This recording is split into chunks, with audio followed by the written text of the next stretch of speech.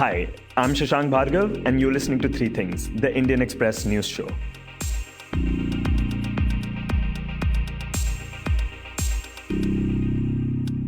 The Supreme Court's verdict in the Ram Janmabhoomi-Babri Masjid dispute is expected to be delivered soon. The court had finished hearing the arguments in the case last month after 40 days of deliberations. The judgment on the dispute that has been going on for more than 130 years is going to be historic. One that will inevitably make a significant cultural and political impact no matter what it is. In this episode, we will look at the arguments, claims, and issues on the basis of which the verdict will be delivered. To talk about it, Kaunain Sheriff and Apurva Vishwanath, who report on matters of law for the Indian Express, join us. Okay, so I wanted to talk to both of you before the verdict comes out and discuss the sort of things and arguments that the case is kind of hinging on. What are the issues that the Supreme Court will be looking at? Though before we begin, I wanted to quickly sort of give our listeners a quick introduction to the case.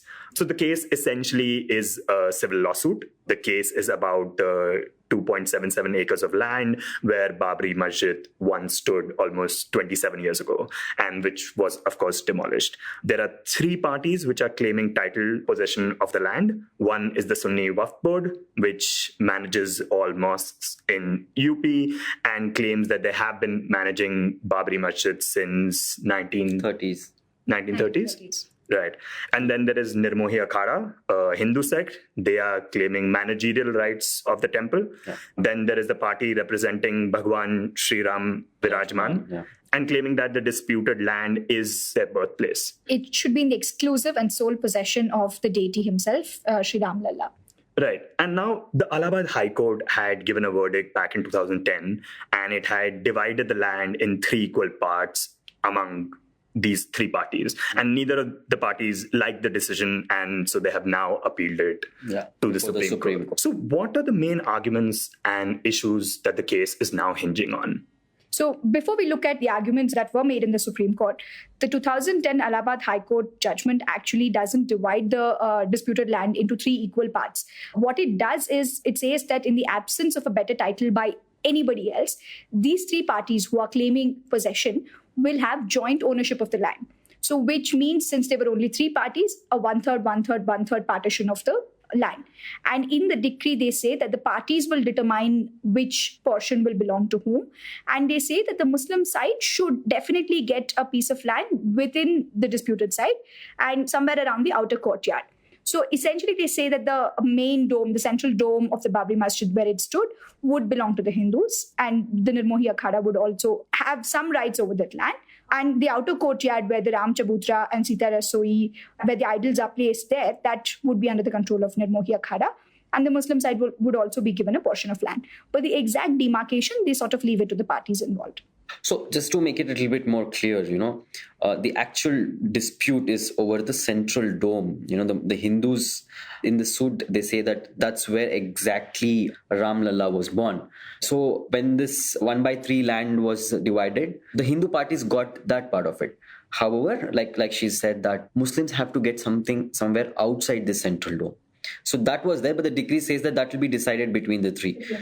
And hence, Muslims thought that since the central dome is being given to the Hindus, that's why they've appealed. Hindus have appealed that even not just this, but the entire land is ours. So in very normal terms, in a civil suit, either X gets or Y gets. So this was like an innovation from the court. So it will be very interesting to see how Supreme Court looks at the entire suit. So, okay, now if we talk about the arguments themselves, what are the big ones? Do we talk about, who had actually built the structure? Do we talk about the idols which, sort of appeared on the site? So why this is important is because before arriving at this decision, it looked into a lot of questions, and the answers to these questions will have impact on the suit. Apurva will begin the first four questions, the broad four questions. So why they're important is because then what the inference each one draws from each of the question is whether we give it to the Hindu side or the Muslim side. So the question about who built the mosque or what was there before the mosque was built becomes relevant because the court needs to look at who had possession of the property from the beginning of time, as we say, till the claim was made. So you had the first ever civil suit filed in 1885, and the question is who had ownership before that. So that's where the Muslim side says there's been a mosque since 1528 that was built by Mir Baki on the instructions of Babur, and it has been a mosque since that day, and prayers have been offered there, and that the Muslims had possession of that land.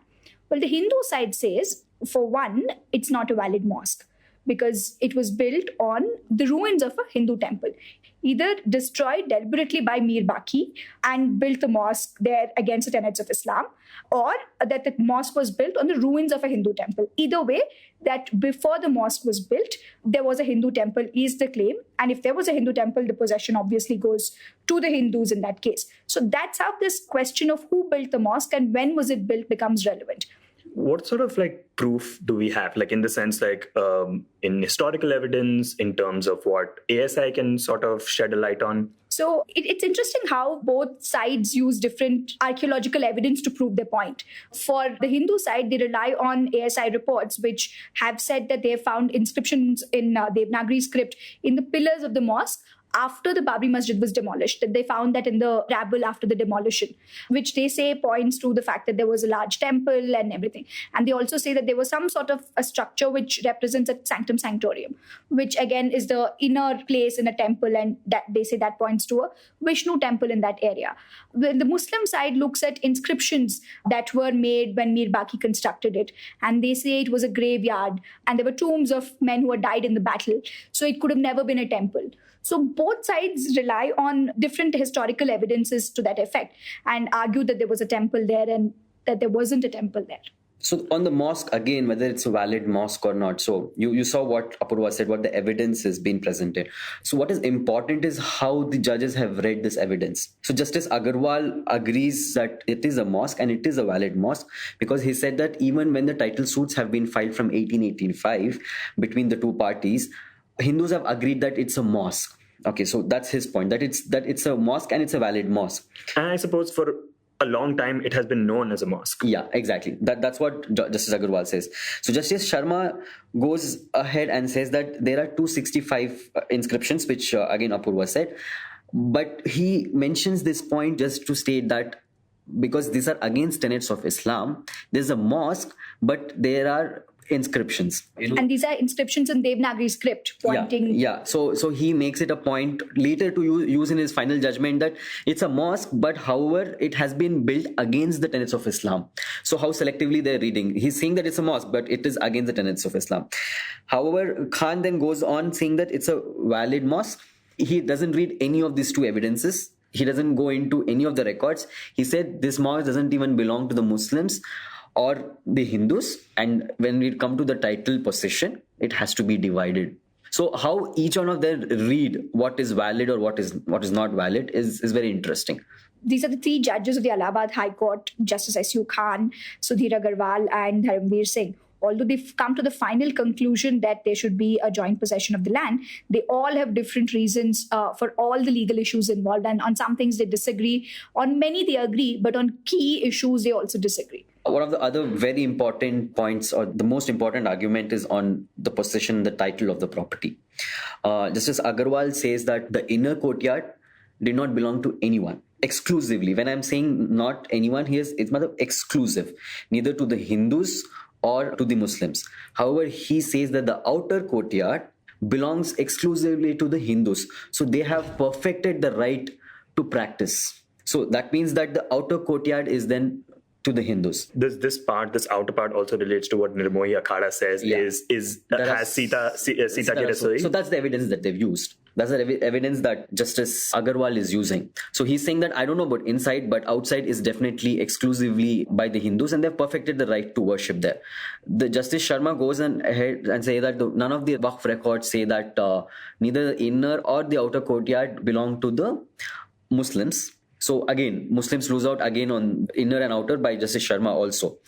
Justice Khan says again, like I've told you, that there is no specific evidence that Hindus also had possession to the outer courtyard. Not before 1885. Yeah, exactly. When the first suit was filed. Yeah. And another important thing is Justice Sharma again goes back to the inscriptions, saying that since there have been inscriptions of Hindu gods, that means that there was access to other religions inside the both inner and outer courtyard. Is why there is no adverse possession, which adverse possession has to be continuous for a particular period of time, which Muslims are not able to prove. So that's why Justice Sharma says that since those are there inside, so Hindus had access even to the inner courtyard. So we've heard a lot about adverse possession, this legal terminology being used. Why adverse possession becomes important is assuming that the site had an ancient Hindu temple and the Babri Masjid was built on this temple. So for about 400 years, the Babri Masjid stood there. So the question is, did Muslims perfect the title through adverse possession? So it's not your property, but since you stayed there for so many years, do you get a claim over it? So the law is simple on this. They say there are 3 conditions that you have to satisfy. And if you do, then you perfect the title and it becomes yours. So the 3 things are essentially, one is that your possession must be continuous and uninterrupted. Okay, and we'll come to how the arguments on both sides flow on this aspect. The second is that the opposite party, should be aware of your possession, that they should have knowledge that you are in possession of this property. And the third thing, which is very important, is that there should be a precise nature of your possession. So were you on rent? Did you think that you bought the property from the person who had the title? So it has to be a precise, defined nature of possession. So now the Muslims say that by constructing a mosque there, the nature of possession is that it was a place of worship. It's always been a place of worship. So the Hindus dispute this by saying that after the 1934 riots, you did not offer prayers there. And in 49, anyway, the central dome was locked up and there were Hindu idols there, so you could not have prayed in that mosque anyway. So they say that your nature of possession is disputed. And they also argue that this was never a valid mosque to begin with. So it couldn't have been a place of worship. And the second thing is whether they had knowledge. So here the Muslims say, of course, the Hindus had knowledge. Everyone knew this was a mosque. Because the Hindu parties themselves in their claims have called it a mosque. Acknowledged it to be a mosque. The third thing is whether it was continuous and uninterrupted. Here again, the Muslims say it was continuous and uninterrupted. The building stood there for 400 years. But the Hindus say, yeah, sure, the building stood there for 400 years. But between 1885 to sort of 1989, when the final claim is made on behalf of Ram Lalla, we've made several contestations to say that we dispute your possession. We want the possession. So the Hindus have made it amply clear to them that their possession is disputed. And in 1947, after the idols are placed, we know that the government locked up the premises and gave the management to a receiver. So which means the Sunni Waqf Board was not in actual possession. So your possession has been interrupted. So here is where the Muslims will have to prove that they in fact have perfected the title through adverse possession. And that's where the problem is. Okay. And the other thing about this case is that you have a group representing Ram Lalla as the deity. And the deity is considered a juristic person. It has legal rights. And this case is unprecedented because the birthplace is also considered a legal entity. How much is that going to play into the argument and in the case? So the deity being a legal entity was not so much in question. But the Janmasthan itself being a legal entity makes a huge difference to the case. For one, what happens is that if the Janmasthan itself is a legal entity, that means the whole property would be a legal entity, and nobody can sort of encroach that from when Janmasthan existed. So which would go back to times immemorial, if you can say that. So then claim of adverse possession by the Muslims or whether there was a mosque subsequently, everything becomes irrelevant. So because the argument that Janmasthan as a legal entity is being made, imagine this, assuming that the idols were placed under the central dome in 1949, then the deity has a legal character. And from 1949, Hindus have a claim in that area, in that disputed area. But what happens before 1949? What is their claim? And for that, if they can prove that the land itself is a legal entity, that means the claim of the Hindus always existed. Could you talk a bit about the precedent of treating a a deity as a legal entity?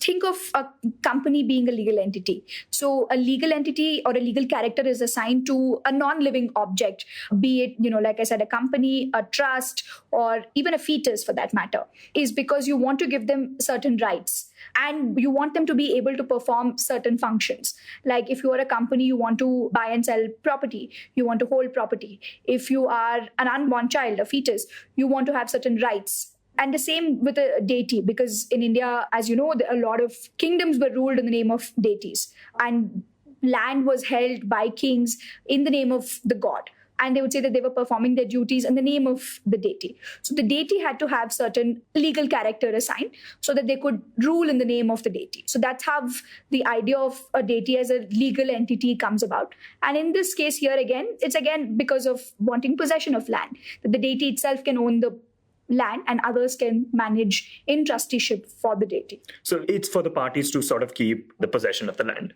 Yes, you could say that. And also to keep possession for public use.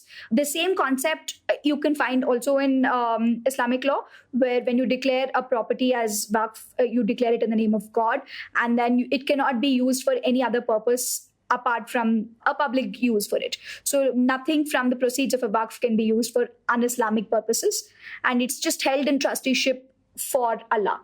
So you have variations of this in both religion and otherwise. So sum it up, we have in question who was the structure built by, what, if anything, was there before the structure existed. Yeah. We have a question. What is adverse possession? Yeah, adverse possession. We have whether this so-called mosque was a mosque. And what they said on possession and title.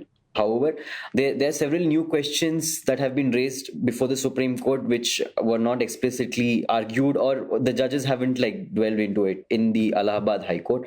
That's one thing. The other thing, which is the relief, the molding of relief, the aspect of mediation. So we still don't know whether those things will be considered by how much weight the mediation will be given. Yeah, so that will be very interesting. So the Sunni Waqf Board says they want possession of the 2.77 acres, and also that they are entitled for restoration of the Babri Masjid that was demolished. The Hindu side says that they want not only, by Hindu side I mean those appearing for Ram Lalla Virajman and the Janmasthan. They say that they want not only the 2.77 acres, but also the land that was acquired by the government in 93. So they say all of that land should be used in the name of the deity. But both parties, interestingly, say that Nirmohi Akhada should not be given possession of land. They don't deserve the title. The deity argues that Nirmohi Akhada at most has Shevet rights, and that has duties, not rights. They only can perform puja at that temple and maintain the premises. And then the Waqf also says that, the dispute is between these two parties, and Nirmohi Akhada doesn't deserve any title in this suit. So that's what the parties are sort of asking for.